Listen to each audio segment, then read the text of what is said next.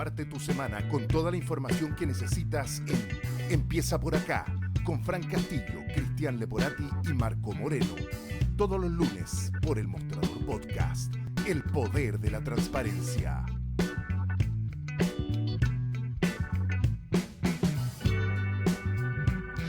Muy buenos días, ¿cómo están? A 9 de la mañana con 23 minutos. Lo sé, estamos empezando bien tarde. Pedimos las disculpas correspondientes después de un pequeñito problema técnico, pero ya estamos al aire a través de las diferentes plataformas del Mostrador. Bienvenidos, bienvenidas. Saludar a todos quienes están conectando hasta ahora, quienes siguen conectados desde el programa de Mirna muy temprano en la mañana. Vamos a estar analizando, como saben, los temas en política que van a marcar marzo 2025.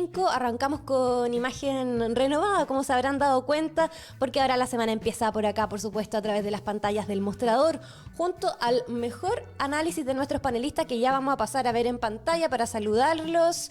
Ya vemos al experto en marketing político y académico de la Universidad Diego Portales, Cristian Leporati. ¿Cómo estás? Muy buenos días. Hola, Fran. Hola, Marco. ¿Cómo están después de las vacaciones? Muy bien. ¿Cómo estuvieron esas vacaciones? ¿Descansadas? Razonables. Ah, razonable, ya. O sea, sí. de todo un poco. También vemos en pantalla el director del Centro de Democracia y Opinión Pública de la Universidad Central, Marco Moreno. Qué bueno verte nuevamente. ¿Cómo estás, Marco? Igualmente, Fran, Cristian, reencontrarnos ahora con nuevo nombre del programa, así que estamos con todas las energías puestas. Sí, nos lanzamos con todos porque además tenemos un año bien intenso y con marzo además llegan los temas ineludibles en un año electoral. ¿Qué va a pasar con las definiciones parlamentarias y presidenciales? Vamos a partir evidentemente con eso, tema obligado para los análisis de esta mañana y que tienen que ver con, principalmente con el oficialismo. Ya se ha comentado bastante durante el fin de semana. Llega marzo y con ello algunas definiciones, por ejemplo, de la ministra del Interior, Carolina Toá. ¿Cómo se va a despejar el escenario? Los parlamentarios, los líderes de partido esperan que esta sea una semana clave ya para tener las cartas sobre la mesa. ¿Qué va a pasar con las definiciones de la expresidenta Michelle Bachelet, que ya regresó a Santiago después de sus vacaciones? El PS no pierde las esperanzas. El PPD espera que Carolina Toá salga pronto del gobierno para posicionarse, porque sabemos que en las encuestas no está muy bien aspectada, pero algunos análisis dicen que, bueno, una vez que lance su carrera de lleno va a empezar a escalar poco a poco para instalarse, ¿no? Pero faltan cosas por despejar. ¿Cómo ven ese punto primero? Arranquemos con el oficialismo y lo que se espera para esta semana, Cristian Leporati. ¿Cómo lo ves tú? No, mira, como siempre llega marzo y llegan las definiciones. Ya llevamos varios años electorales y este no va a ser un año distinto a nuestra historia reciente. Por lo tanto, ya hay una praxis importante, yo creo, por parte del oficialismo en términos de cómo operar en tiempos de elecciones. Hay aprendizajes también, hay derrotas importantes, y creo que eso es un buen marco. También entiendo que para la oposición ha sido muy complejo competir contra un fantasma, que no existe todavía un competidor por parte del oficialismo. Y creo que eso también lo tiene súper clara el oficialismo. O sea, es bueno que Matei se siga desgastando, se siga canibalizando en su sector político con Kaiser, con Kast. De hecho, las encuestas no sube, ha estado estática todos estos meses, lo que no es poco. Y eso lo sabe también de alguna forma el oficialismo, como decía, pero también está jugando con fuego, porque igual ya queda menos tiempo, queda menos tiempo para la primaria, queda menos tiempo para la elección misma. Pero también ya hemos aprendido en la historia reciente que un candidato a la presidencia, por ejemplo, se puede armar en muy pocos meses, caso de Boric, y puede ganar una elección. Ahora, el problema yo creo del oficialismo, que es un poco el punto, Fran y Marco, el problema del oficialismo es que no tiene un rostro de lo que se sabe, no se conoce el competitivo. Y por eso que ronda el fantasma de Bachelet. Nos reímos la última vez que hablamos por ahí en enero, nosotros tres en el último panel, donde dijimos, bueno, dejen a la señora tranquila, ya tiene 74 años, está en otra, pero bueno, siempre cuando no hay un rostro claro, definitivo y competitivo, aparecen los fantasmas. Si estuviera Piñera vivo, no les quepa la menor duda que estaría postulando probablemente al cargo nuevamente de presidente, porque ha demostrado que Matei no es una candidata competitiva. Eso yo creo que es complejo, es un mes complejo, pero porque hay que tomar definiciones, pero yo sigo pensando, y siempre lo he dicho, que el candidato o candidata definitivo en el oficialismo no son los que se están conversando ahora. ¿Ah? Yo siempre he pensado, y también con Marco lo hemos hablado más de alguna vez, y contigo también, Fran, yo siempre sigo pensando que es importante un candidato que sepa abordar no solamente un sector político, sepa unirlo a ese sector político, que tenga ese liderazgo, que sí lo tiene Bachelet, pero también que sea capaz de llegar a la clase media, al centro político. Las elecciones se ganan con el centro, no con los extremos. Y en ese contexto, ningún candidato, los que se conversan hoy por hoy en la izquierda, tiene esas cualidades, ninguno. O sea, claramente Toá, que se habla mucho, más allá de tener un 61% de rechazo en la encuesta Criteria que apareció el fin de semana, lo que no es poco, tiene el problema de que no es una persona que sea cercana al segmento medio, ¿ah? A la medianía del electorado. Entonces ahí hay una problemática no menor. Hay que tener un candidato que tenga un perfil, que sea capaz de unir a la izquierda, que sea competitivo y que además sea capaz de llegar al centro. ¿Ah? Y esas cualidades, en ninguno de los que estamos por ahora hablando, que aparecen en la encuesta por interés, por lo que sea, con fines políticos, lo que sea, pero ninguno de esos está cumpliendo con ese requisito perfil para competir yo creo que finalmente, porque también veo en la encuesta de la oposición, o sea, de la oposición vendido, probablemente Matei tenga sus sorpresitas por ahí, ¿ah? Muy probablemente puede ser sobrepasada en el tiempo, en los meses que quedan, por un candidato más bien de extrema derecha. ¿Ah? Eso es muy probable que pase. Claro. Entonces está confusa la cosa, pero yo insisto, el perfil que se busca para competir no está aún, no está aún en la izquierda y no creo que sea toda, definitivamente. Antes de pasarnos a la oposición, a ver, hagamos un recuento de la información que tenemos hasta ahora. Se dice que Carolina Toá, si es que se define como candidata, no lo va a hacer antes del 11 de marzo para llegar hasta el aniversario de los 3 años del gobierno del presidente Gabriel Boric. Y claro, en términos de mediciones está bastante regular porque incluso, por ejemplo, Impulso Ciudadano está creo que en sexto, por debajo de Tomás Bodanovich del Frente Amplio, que ni siquiera está ni cerca de interés por ser candidato presidencial, él ya lo ha manifestado. De todas maneras, el Frente Amplio el 15 de marzo se reúne para definir su candidatura, así que eso también está en veremos. El PC en su comité central este fin de semana también dijo, nosotros vamos a ir con una precandidatura, no tienen definido el perfil, está sonando la ministra Janet Jara, incluso Daniel Jadwe, vamos a ver cuáles son esas definiciones y además en carrera ya está el diputado Vlado Mirosevich por el Partido Liberal, el diputado Jaime Mulet por la Federación Regionalista Verde Social, expectante a ver con quién van a competir en esta primaria oficialista y también, bueno, el fantasma de la expresidenta Michelle Bachelet que falta que se pronuncie explícitamente para que se puedan tomar el resto de las decisiones. Y además la Democracia Cristiana también dijo que iba a llevar candidato. Ese es como el panorama más genérico. Marco, ¿cómo lo ves tú? Y agregaría lo que está pasando con Mike Nichols. Sí, vamos a hablar de eso. Sí. El expresidente de la federación o que organizó los Panamericanos, que también podría ser un nombre del Partido Radical. Sí. Pudiese, digamos, poner a disposición. Yo diría que, estando de acuerdo con lo que dice Cristian y lo que tú dices, Fran, hay a lo menos dos cuestiones que son claras. O sea, aquí tiene que haber una primaria, ¿no?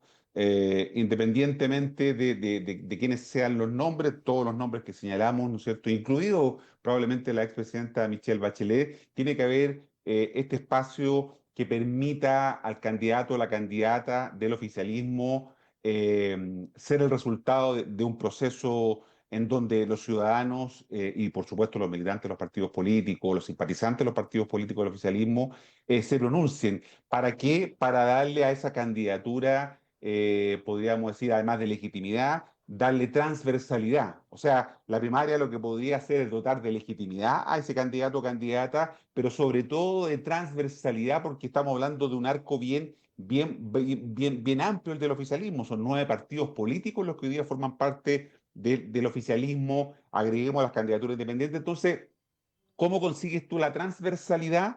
O sea, de que ese candidato o candidata sea apoyado por todos con un proceso de primarias que además sirve porque le permite al candidato, a los candidatos o candidatas, ¿no es cierto?, recorrer el país, hacer campaña. Recordemos que el plazo para inscribir las primarias legales son el 30 de abril, ¿no? Y las Ujú. primarias se desarrollarían el 29 de junio. Por lo tanto, había ahí como casi 2 meses de campaña, lo que es muy importante para candidatos, como decía Cristian, que pueden no tener un buen desempeño en las encuestas, pero que una vez desplegados en el territorio y en la competencia, por supuesto, ¿no es cierto?, que puede generar climas de opinión distintos. Y eso es lo segundo que quería referirme, junto con el tema de la necesidad de las primarias. Creo que los climas de opinión, ¿no es cierto?, que recogen las encuestas son el resultado de la conversación sobre determinados actores, sobre determinados temas.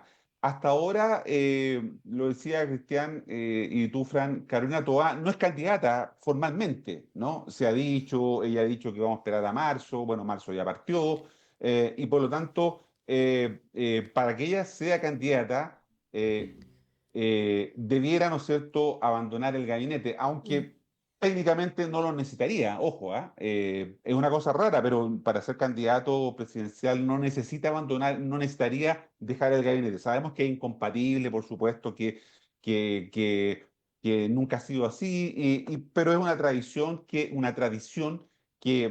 eso ocurra. Ahora, en el caso del Partido Comunista, la pregunta es si Janet Jara tuviera intenciones, también tendría que renunciar al gabinete, y por lo tanto ahí tenemos un problema de los efectos que significaría la salida de Carolina Toá y, por ejemplo, Janet Jara, si fuera la candidata del PC. Pero me quiero detener en ese punto respecto de los climas de opinión. Carolina Toá no es candidata técnicamente en este minuto. Cuando renuncie, que podrá ser de aquí hasta antes del próximo martes, que es el 11 de marzo, se cumple el tercer año de gobierno, y uno espera que el gobierno empiece su último año, ¿no es cierto?, con un equipo afiatado. Por lo tanto, lo lógico sería que los enroques o ajustes en el gabinete del presidente pudiera hacerlo en estos días, ¿no?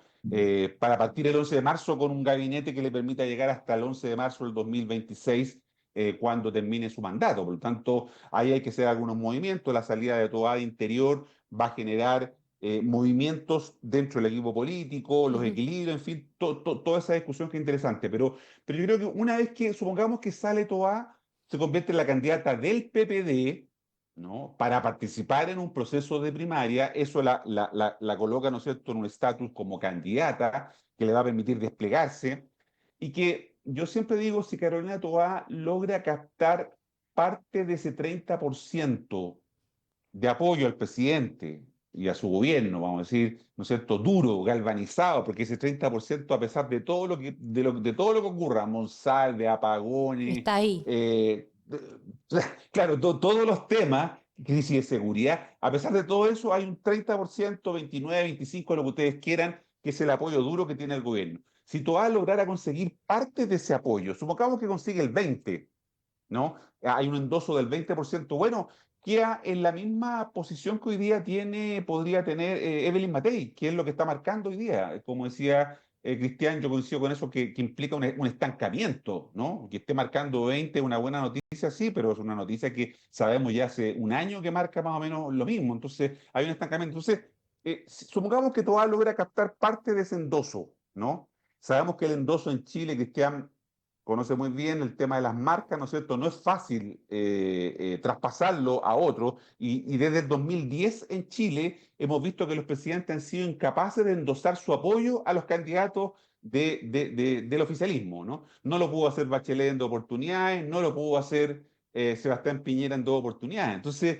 no es fácil desde el 2010 en adelante esto de endosar Mm. apoyos a otros candidatos. Pero insisto, supongamos que eso es posible, porque hay que preguntarse, bueno, si Carolina Toá eventualmente, mira, estos son todos los escenarios, porque no tendría que declinar cualquier posibilidad Michelle Bachelet, tendría que Toá ganar la primaria, ¿no es cierto? Y una vez que gana la primaria se convierte en la candidata al oficialismo, si es que no aparecen, como decía Cristian, otros candidatos inesperados que pueden aparecer, por supuesto, Mm. pueden aparecer otros candidatos inesperados que no sospechamos en este minuto, que pueden aparecer y por lo tanto amagar un poco esa posibilidad de Toá, pero supongamos que Toá logra sortear todo eso y el 30 de junio es la candidata al oficialismo, ¿no?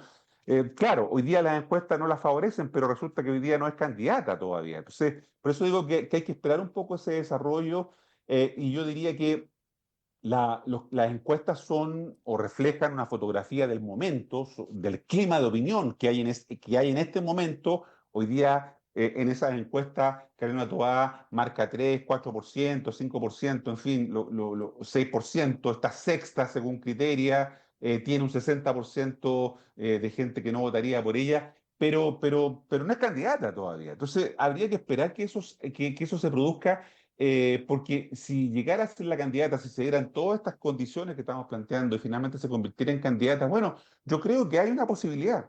Yo creo que hay una posibilidad interesante de que pudiese ser una candidata, porque como dice Cristian, hay que construir una candidatura, ¿no?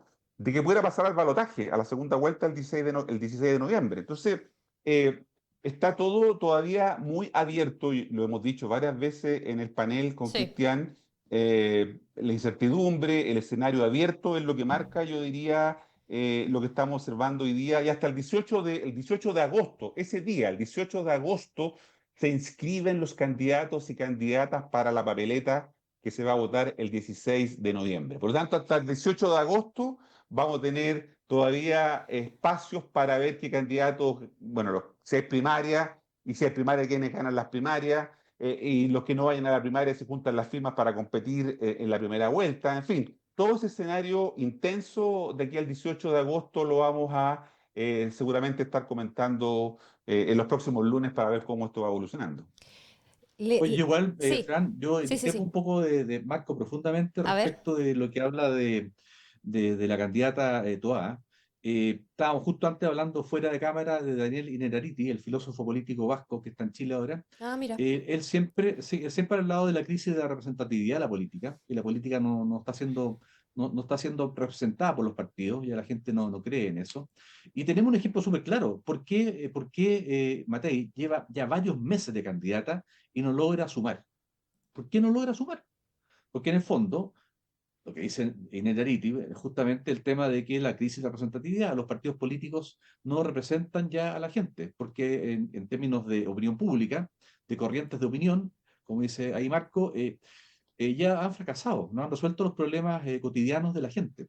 Y en ese contexto, ahí está el ejemplo. Matei, meses de candidata, compitiendo con los medios a favor, constantemente en entrevistas, etcétera, etcétera, etcétera, no avanza. ¿Por qué? Porque representa la vieja política, representa una derecha añeja para lo que es el sector político, de alguna forma una derecha que ha fracasado, que no ha logrado imponer los principios de la derecha más tradicional, y esa derecha tradicional no está apostando por ella, está apostando por otros rostros y por un rostro nuevo que ha empezado a aparecer en la encuesta los últimos 4 meses, Johannes Kaiser, el diputado.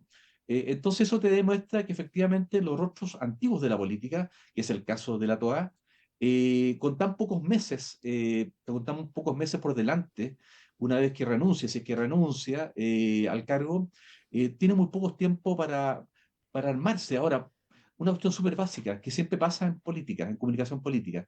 ¿Por qué una persona que lleva años gobernando en un gobierno a cargo de la seguridad, de un día para otro, abracadabra, dice, bueno, ahora que voy a ser candidata, voy a lograr resolver todo lo que no he podido resolver durante el tiempo que he sido autoridad, ministra del Interior?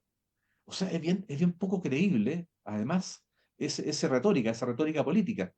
Es bien incomprensible y muy poco competitiva. Entonces tenemos un tema de antigüedad, de representación de la vieja política, en ambos casos, tanto en el caso de Matei como una extrapolación al caso de Toá, que le hace muy difícil para ella ser un candidato competitivo en una presidencial, y más aún en una parlamentaria, porque se supone que el rostro presidencial que encarne al sector de la izquierda, en este caso que estamos hablando, debería ser además un punto de referencia, una marca paraguas que te alberga, que te cobija las otras marcas parlamentarias que van a competir y la hagan crecer.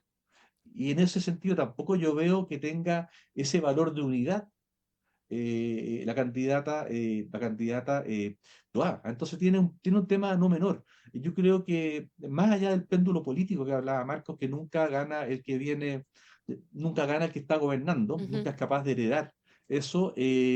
Más allá de eso, yo creo que ha hecho una nueva dimensión, que es la dimensión del desgaste de la imagen de la política tradicional, y por lo tanto entra lo que es el concepto de moda, el concepto de el rostro nuevo, el que no es reconocido, el que no tiene esa tradición de desgaste, de falta de credibilidad, de reputación, de imagen, que es capaz de encarnar una resolución a los problemas cotidianos de las personas.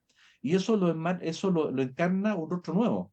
En su momento lo encarnó el presidente Boric cuando era candidato, y probablemente uno puede explicarse gran parte del crecimiento de rostros nuevos en la derecha por ese lado, ¿ah? Porque son nuevos. Y eso le da a la gente la esperanza de que este sí que puede, porque no ha pasado por la experiencia política anterior. Ya no ha fracasado, como han fracasado los anteriores. Entonces, yo en ese contexto de análisis no veo fácil un crecimiento de todas.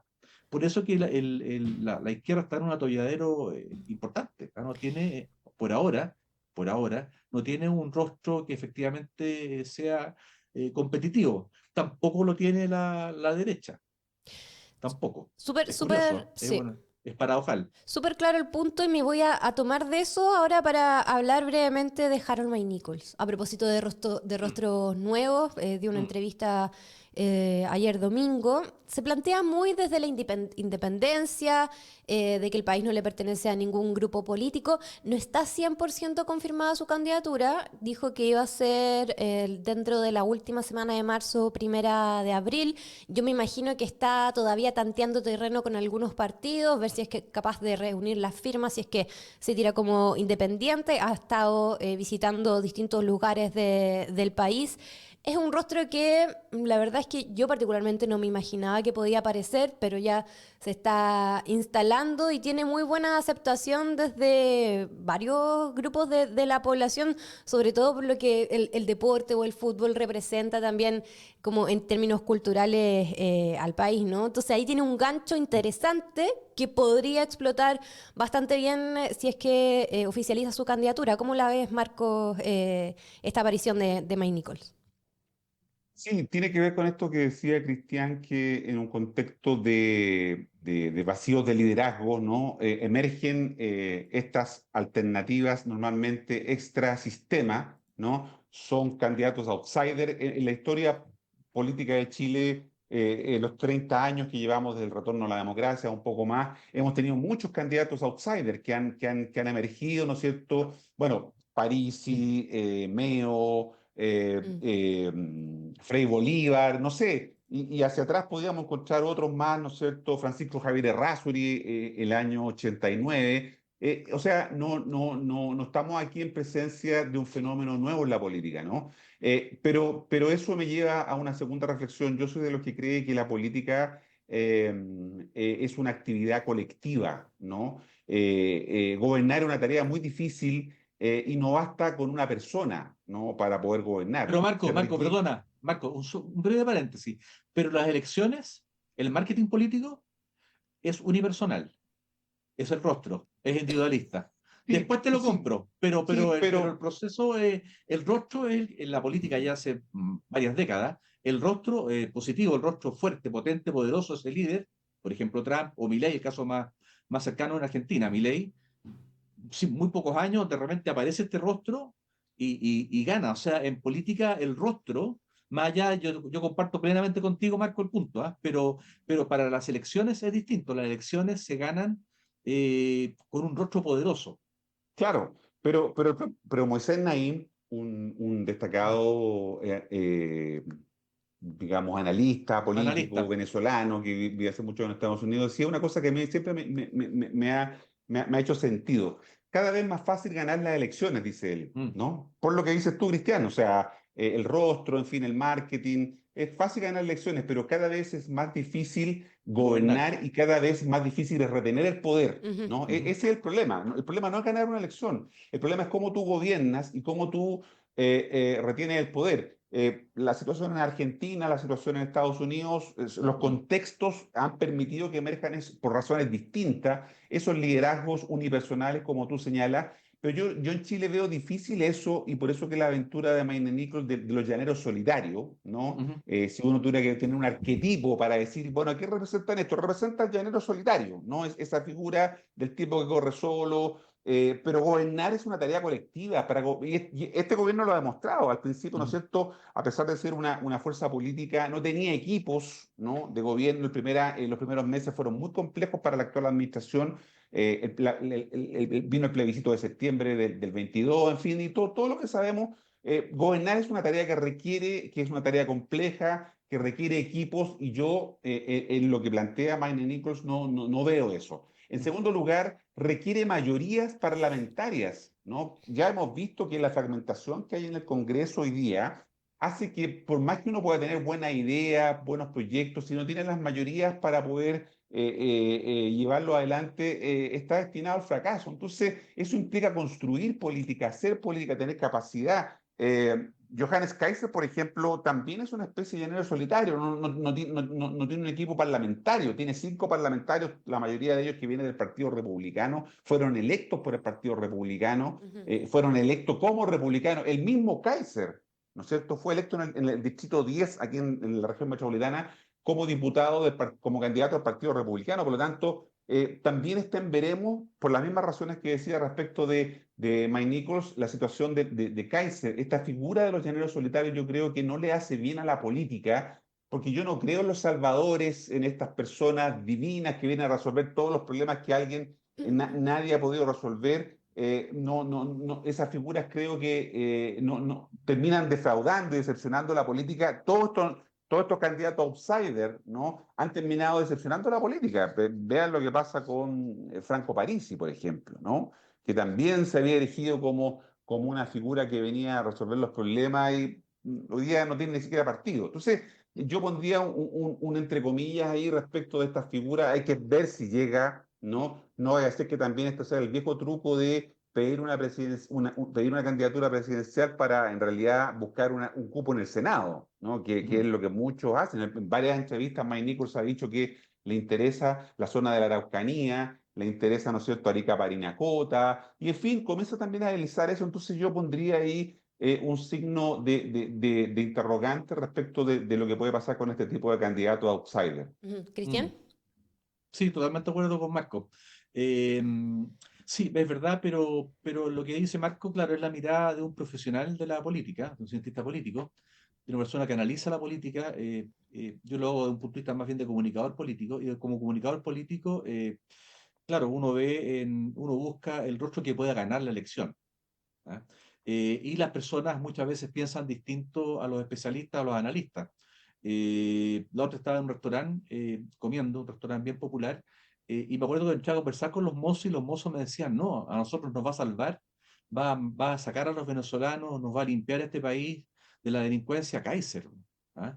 Entonces, ojo, o sea, ojo, es verdad, Marco habla del deber ser, pero el ser es mi interés, el ser es el interés objetivo de la comunicación política.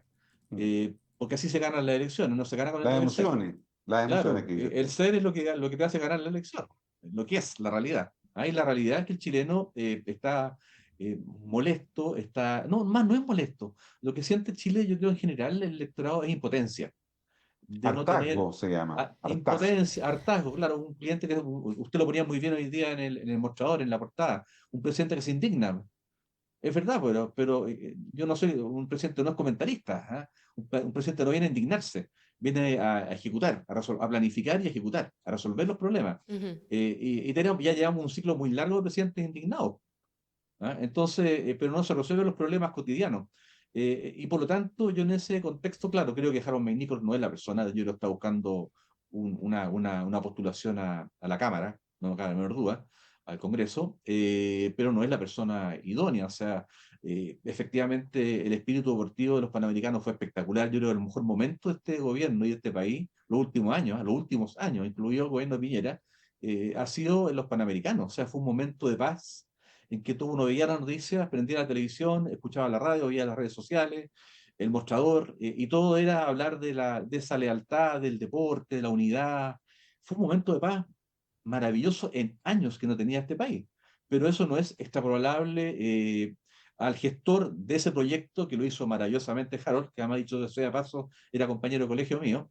¿Ah, Lo sí? hizo muy bien Harold, sí. Sí, siempre lo molesto porque es muy serio, ¿eh? Él es muy serio, pero no es tan serio. Pero bueno, él es muy serio, Harold, y lo hizo muy bien. Es un gran ejecutivo, pero ya hemos visto que ser ejecutivo no te alcanza para gobernar. No, pues, Se requiere algo más. ¿Ah? sí.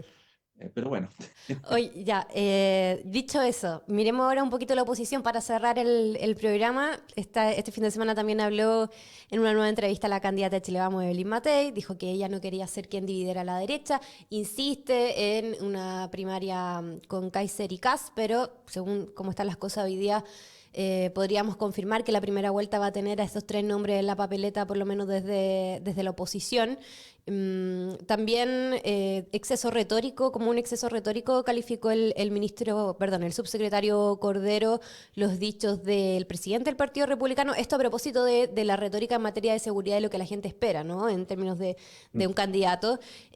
Arturo Esquella la semana pasada aseguró que José Antonio Kast estaría dispuesto a no poder salir de Chile y a ser perseguido por organismos internacionales con tal de que Chile se convirtiera en el país más seguro de Latinoamérica. Eso generó bastante repercusión y va muy en la línea, ¿no? De lo que cómo se plantean en materia de diferenciación con Evelyn Matei desde el Partido Republicano de manera más estridente. Lo mismo pasa con Johannes Kaiser. Están divididas la agua, por lo menos en la oposición. ¿Cómo lo ven ustedes? Y la insistencia, ¿no?, de Evelyn Matei de querer generar esta primaria que, por lo que vemos ahora, no va a suceder, Marco.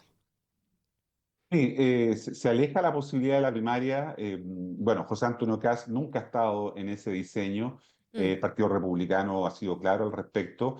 Lo de Kaiser fue ambiguo, pero cada vez más se ha ido decantando para que él no compita en una primaria y vaya directo a la papeleta. Entre otras cosas porque tiene un partido político que información. en los próximos días debiera ratificar el CERVEL su condición de tal y por lo tanto le permitiría fácilmente ser candidato presidencial. Y por lo tanto vamos a tener un escenario de dispersión en la derecha. En la derecha argumentan los analistas de ese sector político, los publicistas que tienen, en fin, de que no es malo, de que compitamos. Yo creo que la dispersión es un problema serio, ¿no? Ir con tres candidatos presidenciales, siempre y cuando no aparezcan otros independientes, ¿no es cierto? En el sector político, recordemos que están dando vuelta Jimena Rincón, está dando vuelta el exalcalde Carter, Franco Parisi, en fin, lo que puede hacer muy complicado en el bloque opositor el desempeño de los candidatos en una elección presidencial. La expresión es un fantasma que está amenazando seriamente a las oposiciones y por lo tanto eso en sí mismo lleva un problema, porque tiene efectos sobre lo segundo, que es la conformación de los pactos Sí, parlamentarios, sí. ¿no? Los pactos políticos para competir, ¿no? Una cosa es la presidencial y otra cosa distinta es la parlamentaria, ¿no? Y los partidos hoy día, los parlamentarios en ejercicio están pensando en su reelección y están viendo dónde pueden tener más posibilidades de ser reelectos, en qué pacto político, y por lo tanto, ese es un elemento que no se puede disociar, por lo tanto, no es decir, ya nosotros vamos a la presidencial como candidatos sin tener resuelto el tema parlamentario. Entonces, por eso que los parlamentarios, incluso de Johannes Kaiser, están diciendo o están empujando una suerte de acuerdo político con los republicanos y con los socialcristianos, Ujú. ¿no? Para poder tener un pacto parlamentario que permita, ¿no es cierto?, a esos diputados, diputadas, senadores, ¿no es cierto?, tener alguna posibilidad de reelegirse en un contexto cada vez más difícil por las razones que comentábamos antes, de crisis de representación, desconfianza en la política y todo eso. Por lo tanto, la derecha está, si como decía Cristian, el oficialismo está en un atolladero, ¿no es cierto?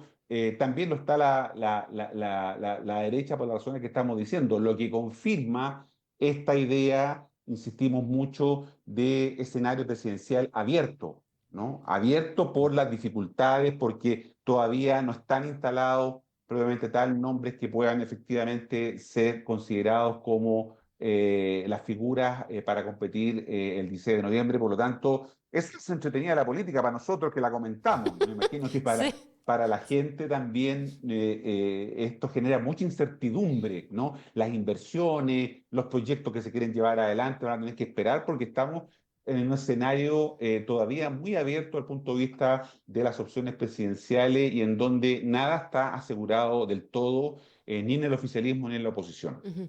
Cristian, para cerrar, ¿cómo ve a la derecha? Sí, mira, yo creo que a ver, hay que pensar por qué Matei llega a donde llega, ¿ah? ¿Por qué es la candidata? Básicamente porque empezó a marcar bien en un comienzo las encuestas. Segundo lugar, porque es un rostro conocido tanto para la UDI como para RN. Y bueno, con eso bastaba y sobraba frente a un vacío de poder dentro de la derecha tradicional al morir el expresidente Piñera. Frente a ese vacío de poder, bueno, ahí cae Matei. Pero efectivamente el liderazgo en un sector político tan importante como es la Chile Vamos, se debe tangibilizar en la capacidad que tenga ese líder, o lideresa en el caso de Evelyn Matei, de unir a su sector en una primaria, y no lo está logrando. Eso también ahí me atrevería a decir que hay un tema importante de crisis de liderazgo que ya venía con la muerte del expresidente Piñera, y se refrenda y profundiza con el caso de la candidata Evelyn Matei.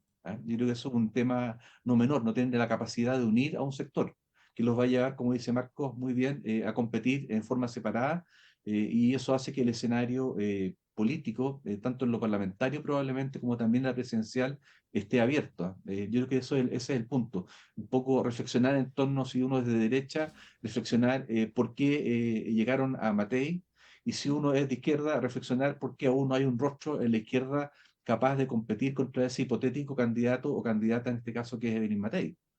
Y hay una falta de reflexión profunda en ambos sectores políticos, en la cual claramente, al parecer, está sacando ventaja más bien el extremo, y no el extremo izquierdo, sino que más bien el extremo derecho.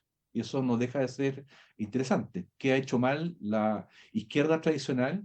Que a mí me queda súper claro, no hay ideas, no hay una ideología renovada en la izquierda, tampoco hay una ideas renovadas en la derecha, y eso abre el espacio no solamente en Chile, sino que en gran parte, en varios países del mundo occidental, abre espacio para que otros sectores con mejor capacidad de empatía con la ciudadanía, y con la novedad que hablaba al comienzo del panel, la capacidad de ser nuevos, que pucha que pesa eso.